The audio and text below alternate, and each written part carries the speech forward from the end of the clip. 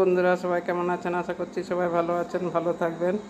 তো সুনিতা মান্ডির ব্লকে আজকে মেপি কিভাবে শুয়ে আছে সেটাই দেখাচ্ছি। এই দেখুন না, এই যে কে বলেছে খরগোশের পা দুটো পা ছোট ছোট থাকে, এই দেখুন কত লম্বা লম্বা পা।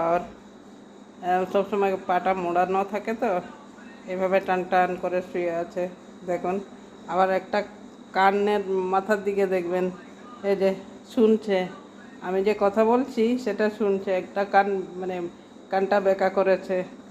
আর এই যে জলের ড্রাম আছে, জলের ড্রাম পাশে সবসময় শুয়ে থাকে।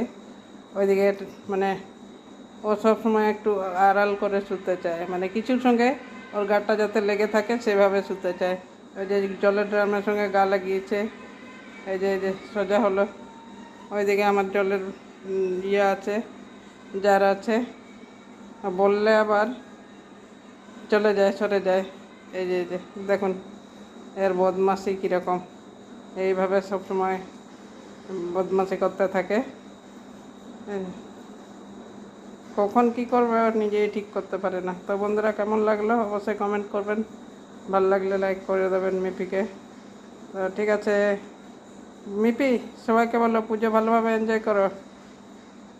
ওই যে এর কাজ হচ্ছে এরকম। আরও কিছু বাকি আছে দেখাবার, দেখা। এই হাই, আবার জলের ড্রামে ইয়ে করছে। তো বন্ধুরা, এই দেখুন এইভাবেই আমাকে চালায়। তো ঠিক আছে, ওই যে ওইদিকে ঢুকে যাচ্ছে। এখনকার পর্যন্ত এইটুকুনই, আবারও অন্য কোনো সময় কি করবে না করবে আপনাদেরকে দেখাতে থাকবো।